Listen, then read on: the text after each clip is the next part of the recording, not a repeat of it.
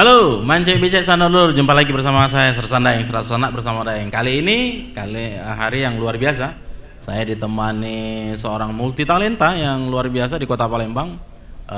Saya sapa dulu Pak Jul Fikri MPD, Kepala SMK Negeri 6 Kota Palembang. Assalamualaikum warahmatullahi wabarakatuh. Waalaikumsalam warahmatullahi wabarakatuh. Nah, Bang Cek Becek, hari ini Sersan Daeng mau ngobrol-ngobrol nih terkait dengan dampak sosial yang mungkin sebentar lagi kan ada kelulusan di tingkat sekolah menengah atas ya, baik SMK maupun SMA, yang notabene katanya kebanyakan masyarakat itu menilai SMK itu menambahi daripada pengangguran, konteks pengangguran. Nah, mungkin ini bisa dijawab lah secara gamblang, terus kita tanya-tanya langsung Pak Jul, gimana kira-kira tanggapan Pak Jul terhadap apa yang disampaikan masyarakat itu? Terima kasih atas kesempatan yang diberikan. Apa yang dikatakan tadi bahwa lulusan SMK itu penyumbang pengangguran terbesar, itu bisa kita atasi ya sebagai kepala SMK, kepala sekolah.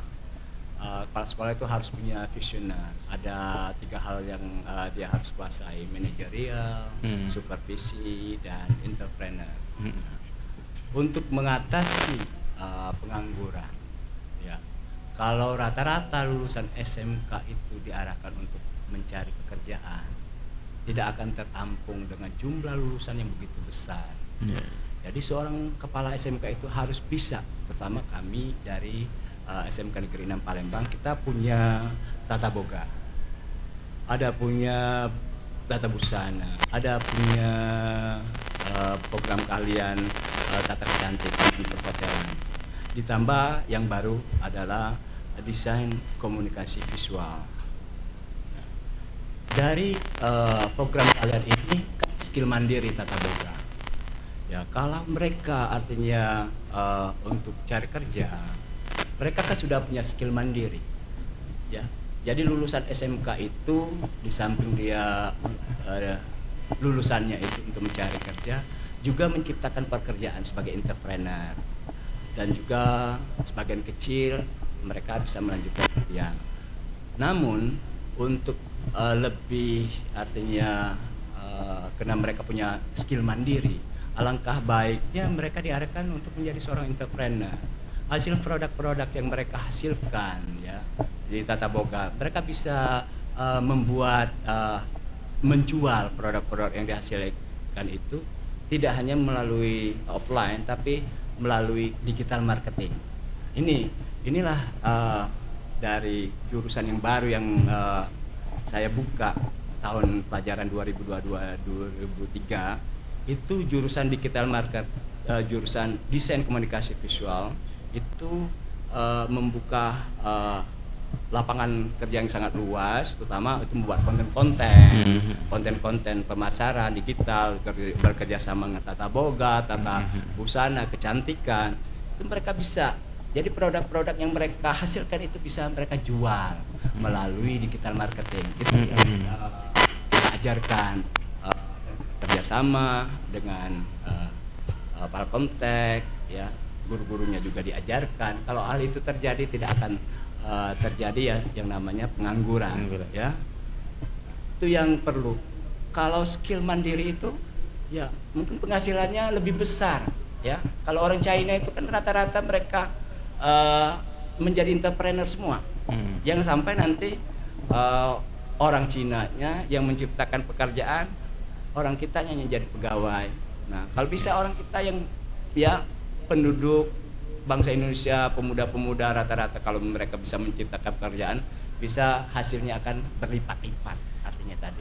Baik, Pak Jul ya, mungkin menarik apa yang disampaikan Pak Jul tadi menjadi entrepreneurship, artinya dia menjadi bukan hanya sekedar mencari pekerjaan tapi menciptakan lapangan pekerjaan. Tapi tidak bisa kita pungkiri juga bahwasanya untuk menciptakan sebuah lapangan pekerjaan itu kan butuh yang namanya modal. Ya kan, modal yang ya tidak sedikit sih, tapi ada juga modal yang seperti yang Pak Jul sampaikan tadi, modal skill, modal kemampuan. Jadi di sini tadi sudah dijelaskan juga ya bahwasanya ada pelajaran baru, ada jurusan baru yang terkait dengan itu tadi ya, digital tadi ya, marketing ya. digital marketing tadi ya. Nah itu pangsa pasar atau modal yang mungkin ketika siswa ya sudah keluar dari SMK di sekolah Bapak, berapa modal yang harus disiapkan ketika mereka memang menekuni daripada digital marketing tadi? Mungkin bisa dijelaskan Ming, biar Mang Cek Becek juga paham. Tidak semua tidak galau-galau gitu, bahasa Palembang ya, tidak galau-galau menjadi entrepreneurship itu harus butuh modal yang besar ya kan, tapi yang paling besar itu modal itu keinginan dan kemauan, itu yang paling pokok ya. Mungkin bisa dijelaskan Pak Jo. Inilah ya, kalau guru ataupun kepala sekolah, saya sendiri itu sebagai role model, sebagai contoh. Kalau kita memberikan contoh, ini loh, seperti saya punya konten tersendiri, konten Zulfikri SMK 6 channel. Itu saya memberikan contoh, artinya bisa peserta didik bisa melihat, ini loh. Lalu kalian artinya bisa membuat, kamu punya skill mandiri, kamu bagaimana cara membuat Black Forest, hasil produknya begini, cara pembuatannya begini.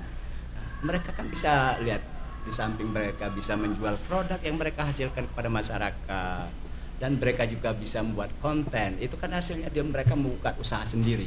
Kalau rata-rata itu dilakukan, nggak ada yang namanya pengangguran, artinya mereka ya menjual produk. Rata-rata sekarang kan sudah zamannya digital marketing. Kalau guru harus juga bisa juga ngajarkan begitu, karena dari gurunya dulu. Kalau gurunya artinya bisa memberikan sesuatu yang terbaru, ya harus mengupdate ya out of the box daripada pembelajaran. Ada perubahan-perubahan, ada lompatan yang, apa sih yang bisa diberikan untuk generasi muda saat ini ya, tamatannya, sehingga mereka walaupun masih dalam pembelajaran, masih sekolah, mereka sudah bisa menjual produk, bisa menghasilkan uang. Nah, itu yang kita ajarkan. Kalau pelatihan itu sudah diajarkan dari sedini mungkin, dari kelas 10, 11, 12, outputnya kan istilahnya, kalau istilahnya garbage in, garbage out. Kalau garbage in, yang maksudnya garbage in, tapi di dalam prosesnya diolah oleh orang-orang yang hebat, yang mengajarkan suatu pembaruan, menyiapkan peserta didiknya untuk lulusan-lulusan itu, akan hasilnya outputnya bukan garbage out lagi, tapi goal out. Nah, itu yang perlu, artinya tanggung jawab sebagai seorang guru. Jadi kalau pembelajaran itu ya, apalagi sekarang kan kurikulum merdeka, dan SMK 6 sekarang ini ditunjuk sebagai sekolah pusat unggulan di perhotelan. Tapi bukan perhotelan saja, tapi kalau bisa semua unggulan. Ya. Jadi pusat keunggulan, alhamdulillah. Jadi ada bantuan pemerintah ya, dana 1,3 M, 1 miliarnya untuk peralatan, buka laundry, jadi anak-anak praktek bisa langsung ya. Jadi mereka bisa artinya menjual jasa ya, produk-produk yang dihasilkan, menghasilkan jasa, sehingga kan mereka terbiasa usaha, terbiasa berintrapreneur. Saya juga seorang entrepreneur juga, dari kecil diajarkan orang tua sebagai seorang entrepreneur. Sampai tua pun tidak akan istilahnya kekurangan, tidak akan susah lah yang namanya ekonomi itu, kalau diajarkan dari awal. Kalau ini diajarkan, saya yakin ya tidak akan ada yang namanya pengangguran, dan ekonomi kreatif untuk kedepannya ya akan lebih baik kalau itu diajarkan semuanya kepada peserta didik. Nah, ada stigma di masyarakat, terutama kayaknya pelajar-pelajar, mungkin karena memang dunia digitalnya begitu luas, sehingga mindset pikiran mereka itu sekarang udah mulai agak kritis terhadap kebijakan-kebijakan pemerintah, terutama kebijakan-kebijakan di Kementerian Pendidikan. Jadi mereka menganggap bahwasanya apa yang mereka dapatkan itu kayaknya menjadi sebuah percontohan, menjadi semacam apa ya, kelinci percobaan seperti itu. karena setiap diganti presiden, setiap ganti menteri itu pasti ganti kurikulum. Padahal kurikulum yang kemarin 2003 ada kurikulum 2013. Kalau kita dulu ada CBSA, ada sekarang kurikulum Merdeka. Nah, apa yang artinya begini. Jadi belum selesai kurikulum yang disampaikan, ada kurikulum baru lagi. Sehingga mereka itu agak apa sih maunya pemerintah seperti itu terhadap generasi sekarang ini yang kurikulumnya selalu berubah. Ketika ganti pemerintahan pasti ganti juga. Nah, mungkin bisa ditanggapi sedikit lah ini. Ini kritikan yang luar biasa nih terhadap dunia pendidikan ya di sebenarnya Indonesia. Di kurikulum Merdeka itu udah bisa dilaksanakan sebelum-sebelumnya. Tinggal gurunya. Kalau kita mengajarkan kalau kurikulum itu BNSP itu pakai pedoman, tergantung dari gurunya, namanya Merdeka. Kalau saya tahu tahun 2012, 2010, saya kan dari guru prestasi nasional. Saya mengajarkan siswa-siswa perhotelan itu bagaimana bermain peran, ya, karena dia bisa kerja di perhotelan, kan bermain peran sebagai cash, sebagai resepsionis, dan sebagai ya presentasi, ya. Jadi kalau pembelajaran itu di luar daripada kurikulum, itulah yang namanya kurikulum Merdeka, ya, gitu. Kita sendiri yang ciptain, mau sendiri dibawa kemana siswa. Kalau kita ngajar, artinya khusus SMK, guru SMK sama ngajarnya seperti guru SMA salah. Jadi guru SMK harus ngajarnya sama untuk ke dunia usaha industri. Ya, bukan Pak Jul, mungkin saya sedikit menarik tadi kejuruan di SMK. Itu siswanya itu diarahkan atau ada semacam tes dulu, uji kemampuan apa yang seharusnya mereka inginkan seperti itu ya. Contoh, ketika mereka dapat jurusan tata boga, padahal mereka sendiri bukan pengennya itu kecantikan. Nah, atau mungkin karena wah ini kecantikannya sudah full, Anda harus ke tata boga. Nah, bagaimana rekrutmen daripada siswa di SMK itu? Apakah dia sesuai dengan keinginan daripada siswa sendiri atau sesuai dengan kemampuan dan talenta yang dimiliki oleh siswa itu sendiri? Mungkin bisa dijelaskan. Kalau yang terjadi di SMK Negeri 6, saya serahkan kepada siswa maunya mana. Kita tidak bisa menentukan, kita mengarahkan karena kita belum mengetes apa kemampuan. Mengetes itu ya harus dites dulu, baru itu kan tidak akan. Jadi sesuai minat bakatnya dulu. Minat bakat dulu, baru kita lihat kemampuannya seperti itu. Ya tinggal siapa yang siapa gurunya. Minat itu diarahkan yang tidak sesuai dengan minat daripada mereka. Benar. Kalau tidak sesuai dengan keinginan mereka, nanti dampaknya nanti kan malas dia untuk belajar. Untuk belajar, untuk menekuni daripada jurusan dia ya. Boga, namun diarahkan di kecantikan. Enggak ngecun ya, enggak match ya. Enggak nge-match. Ya biarkanlah, di situ akan terlihat. Ya. Jurusan-jurusan mana yang artinya yang update, yang disukai masyarakat. Kalau artinya jurusan-jurusan yang memang dampaknya tidak akan membuat anak itu bisa bekerja, ngapain kita harus teruskan jurusan itu? Yang jurusan-jurusan yang saya katakan tadi di KV desain komunikasi visual itu kan bisa kerja di mana saja. Nah itu, jadi masyarakat juga diberikan sosialisasi melalui edukasi lah ya, edukasi ke masyarakat, biar mindset masyarakat juga menerima ya kondisi. Kita tidak menghalangi mereka mau kemana, tinggal akan terlihat jurusannya ini, tinggal jurusan yang nggak diminati apa sih masalahnya, gimana guru-gurunya bisa supaya masyarakat bisa masuk ke jurusan-jurusan tersebut. Jadi di situ akan terlihat inovasi dari guru-guru untuk agar masyarakat mau masuk ke jurusan yang ada. Itu. Nah, Pak Jul, kalau kita menarik ya kalau kita berbicara masalah dunia pendidikan ya. Kalau siswa yang sudah masuk ke jurusan daripada tata boga contohnya kan, itu berapa persen mata pelajaran itu diserap oleh siswa yang ada di tata boga? Karena menurut siswa ya, ini menurut siswa, kita juga pernah sekolah waktu itu ya, waktu zaman dulu juga saya di A1 dulu kalau SMA-nya. Kebanyakan kan memang Indonesia ini pendidikan itu semua diambil. Iya kan, semua jurusan diambil semua, apa istilahnya, mata pelajaran diambil semua, sehingga nggak fokus dengan apa yang seharusnya siswa itu inginkan, seperti itu ya kan.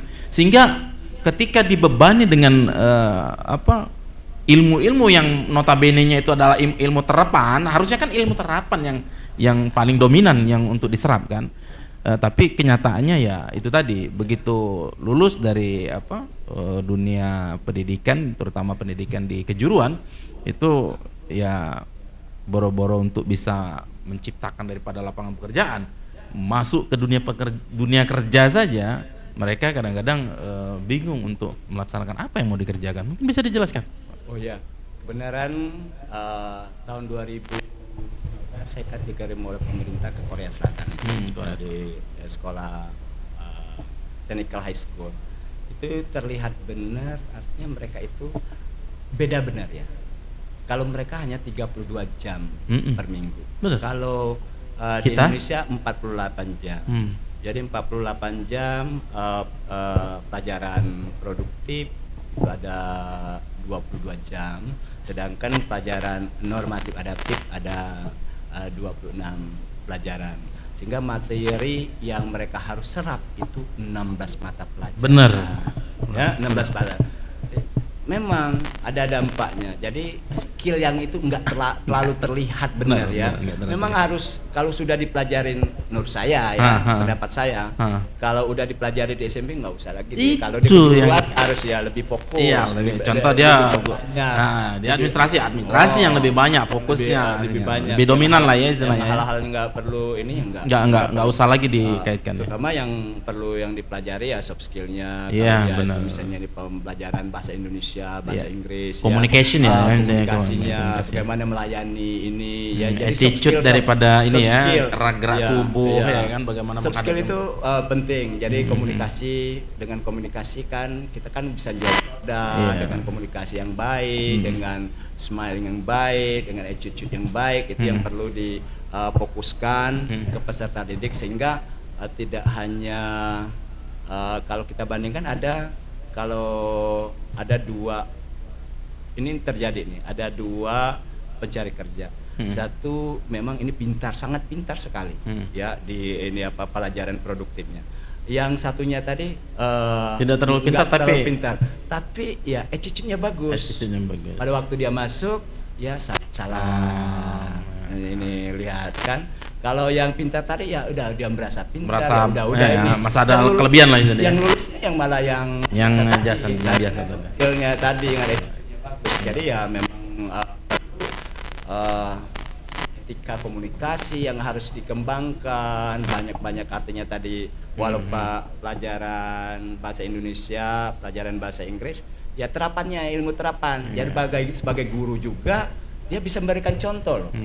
Bagaimana melayani tamu dengan baik, bukan hanya teoritis aja, ini kerjakan menggunakan buku pelajarannya. Kita punya style tersendiri yang namanya kurikulum merdeka tadi. Ya, ada style sendiri, mau diarahkan kemana siswa ini? Iya, ada sebenarnya anekdot sebenarnya ya di Indonesia ini, ketika kita berbicara masalah dunia pertukangan lah contohnya, dunia pertukangan.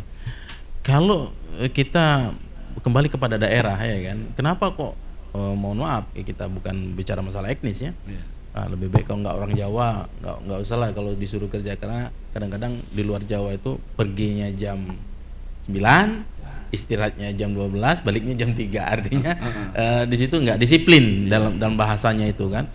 Nah yang paling pokok itu adalah bagaimana menciptakan daripada pertukangan ini. Contoh kalau dia buat gedung ya kan di situ ada tukangnya di situ. Nah, kadang-kadang kan yang namanya pemerintah ini kan banyak sekali ya untuk pembangunan fisik ya kan, yang membutuhkan daripada tukang itu tadi. Nah, untuk di SMK sendiri bisa menangkap tidak keinginan dan kemauan pemerintah, ya kan? Ketika mereka itu keluar dari SMK, mereka bisa untuk bekerja secara profesional di dunia pertukangan, bukan dalam arti kata kita keluar ya paling dia jadi kenek kayak itu kan, bukan jadi tukang. Nah, ini apakah sudah disiapkan di SMK, terutama di SMK 6 ini? Iya. Untuk di dunia Sudah. pertukangan. Karena itu tadi kan pembelajaran dengan menggunakan kurikulum merdeka tadi, jadi style dari cara pembelajaran dari guru itu sendiri. Jadi guru itu harus mempunyai berbagai macam mode pembelajaran, ya, ada unjuk kerja, ada ya banyak, sehingga anak itu ya harus apa yang dikatakan tadi, jangan menjadi kenek, tapi menjadi skill orang-orang, kemampuan yang luar biasa, yang pertukangan yang memang punya. Jadi yang kalau bisa kan jadi manajernya, jadi dengan kemampuan yang dia miliki, itu kan perlu skill yang lebih. Nah, di sinilah artinya peran daripada guru bagaimana menciptakan seorang pekerja yang mempunyai kemampuan soft skill, ya. Kalau hanya tukang saja enggak, kalau dia mempunyai ada tambahan kompetensi yang lain, soft skill, ya soft skillnya itu baik itu di IT ataupun di public speakingnya, itu akan menciptakan tenaga kerja yang levelnya ya sudah tingkat menengah ke atas, gitu, yang akan bisa terserap di dunia kerja baik di dalam negeri ataupun di luar negeri. Soft skillnya itu ya banyak, dari kemampuan bahasanya, ya menguasai berbagai macam bahasa, kemampuan juga soft skillnya di IT-nya. Jadi itu yang harus banyak.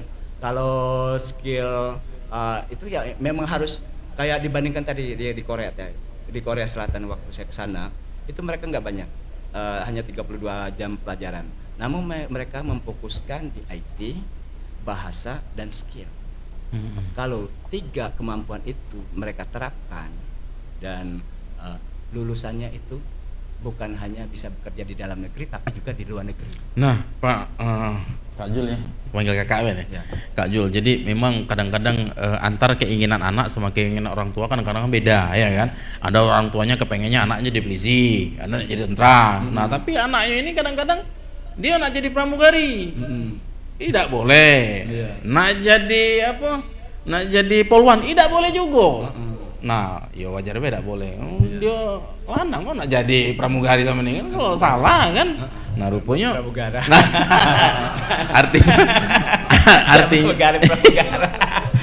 artinya ya, Bang Cek Bicek ya, kalau zaman sekarang ini jangan memaksakan daripada kehendak kita sebagai orang tua, ya kan.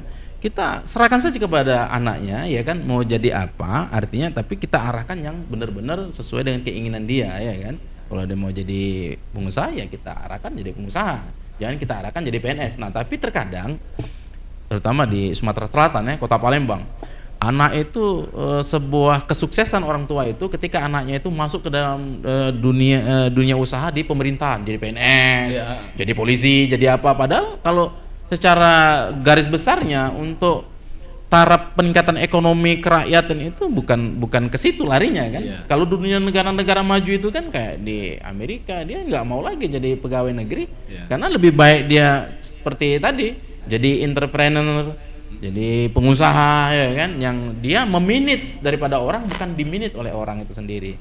Mungkin seperti itu ya, Pak Kak Jul ya. Kalau menurut saya ya, baik itu sebagai orang tua ataupun sebagai tenaga pendidik, ya boleh, artinya peran orang tua juga menjadi suatu hal yang sangat penting untuk mengarahkan siswa itu. Karena minat dan bakat itu, talenta itu bisa terlihat karena orang tua kan dekat. Iya, paling dekat orang tua. Kemampuannya kemana? Iya. Seperti saya, kebenaran ada ke adik iparnya istri, ya lulusan multimedia, maunya masuk di bahasa Indonesia. Bahasa Indonesia itu kamu harus pintar komunikasinya. Kalau kamu pendiam, untuk bahasa Indonesia nggak cocok. Kita ngarahkan. Karena bahasa Indonesia itu harus punya kemampuan public speaking yang bagus, ya. Terus lagi mempunyai kemampuan menulis yang baik. Tapi kalau kamu tadi media, lebih baik kamu ilmu komputer itu akan lebih mengarahkan, akan lebih matching dengan apa jurusan yang kamu miliki sebelumnya. Nah, ini yang perlu pengarahan dari guru juga, BK, guru bimbingan konseling juga mengarahkan gitu.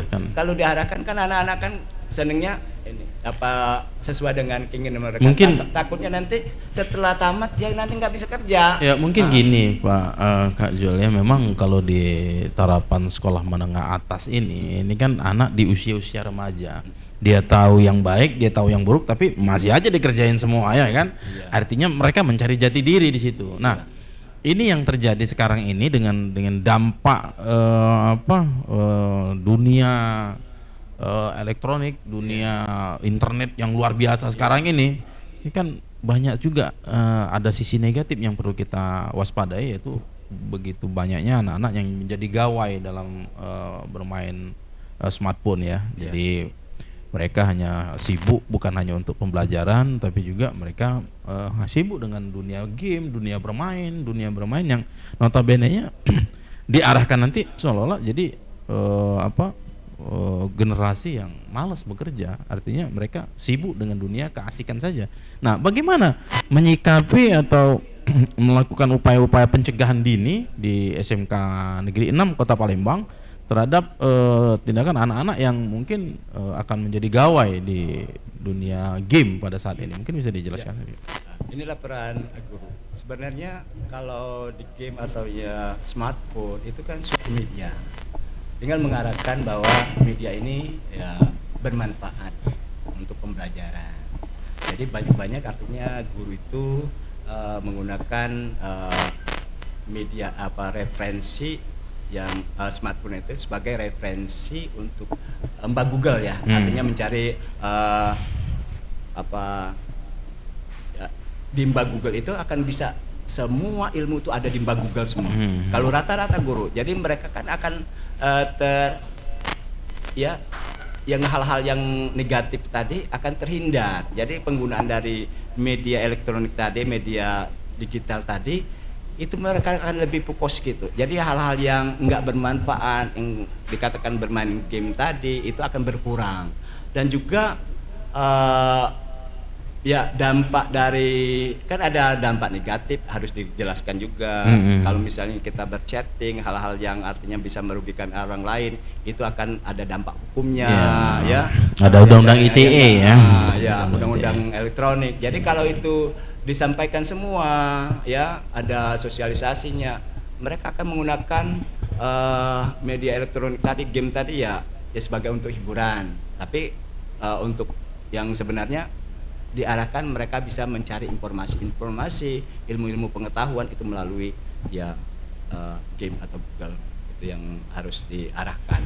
Itulah peran daripada guru, para sekolah ataupun orang tua. Jadi ada pengawasan. Nah, Bang Cik Wicek sana dulu ya yang nonton acara ini ya. Ini tadi ada pesan dari Kak Jul ya. Jadi anak-anak yang bermain game, bermain handphone di rumah ya dapatnya juga nyala ke guru, karena guru terbatas pengawasannya. Justru pengawasannya itu ada di orang tua, karena orang tua lah garda terdepan untuk menciptakan anaknya itu nak jadi apa, nak remano, itu tetap Bang Cik Wicek itulah yang ngarahinnya Nah, mungkin ada lagi yang perlu disampaikan untuk siswa-siswa kita mungkin dalam acara ini. Apa yang perlu ditekuni, apa yang perlu diperhatikan ketika mereka mengikuti mata pelajaran di sekolah dia? Artinya gunakan waktu itu sebaik mungkin, mempersiapkan diri itu sebaik mungkin untuk bekal. Jadi mempersiapkan diri itu ya sekarang kan sudah zamannya digital marketing, jadi hal-hal yang bisa menghasilkan mengupgrade diri, mengimprove diri itu bisa melalui digital. Itu yang harus dipelajari, hal-hal yang bisa meningkatkan kemampuan kita, bisa meningkatkan persaingan ya. Orang yang hebat itu adalah orang yang bisa kemampuan dia bisa mendului orang lain. Artinya kita itu harus mempunyai kemampuan yang lebih dari orang lain. Itulah dari digital marketing ini yang akan kita dapatkan ya. Jadi motivasi, keinginan itu, bagaimana nyiapkan diri itu, ya memang tidak dalam waktu singkat. Memang kemampuan itu orang berhasil itu dari susah dulu, dari kecil memang dia sudah kreativitasnya, ya motivasinya untuk meningkatkan kemampuan, itulah orang-orang yang akan berhasil, yang bisa mengalahkan dunia.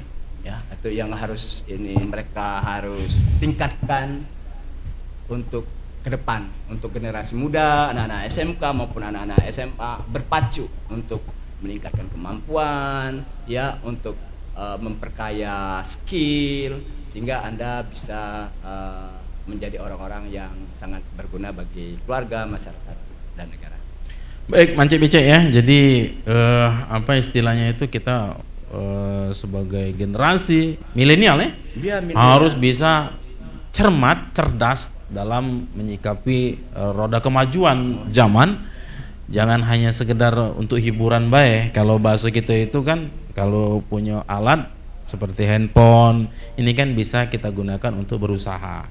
Mungkin bisa tadi seperti marketing ya, marketing digital, bisa juga jadi YouTuber yang bisa menghasilkan. Jadi carilah sisi-sisi yang positif ya, yang negatif tidak ketik manfaatnya buang jauh-jauh ya. Mangke becek sana dulur, ingat-ingat. Jadi kalaupun ada anak-anak yang aktif di digital, di handphone, itu harus diawasi sehingga dia bisa mendapatkan dampak yang positif terhadap kemajuan teknologi di dunia sekarang ini ya.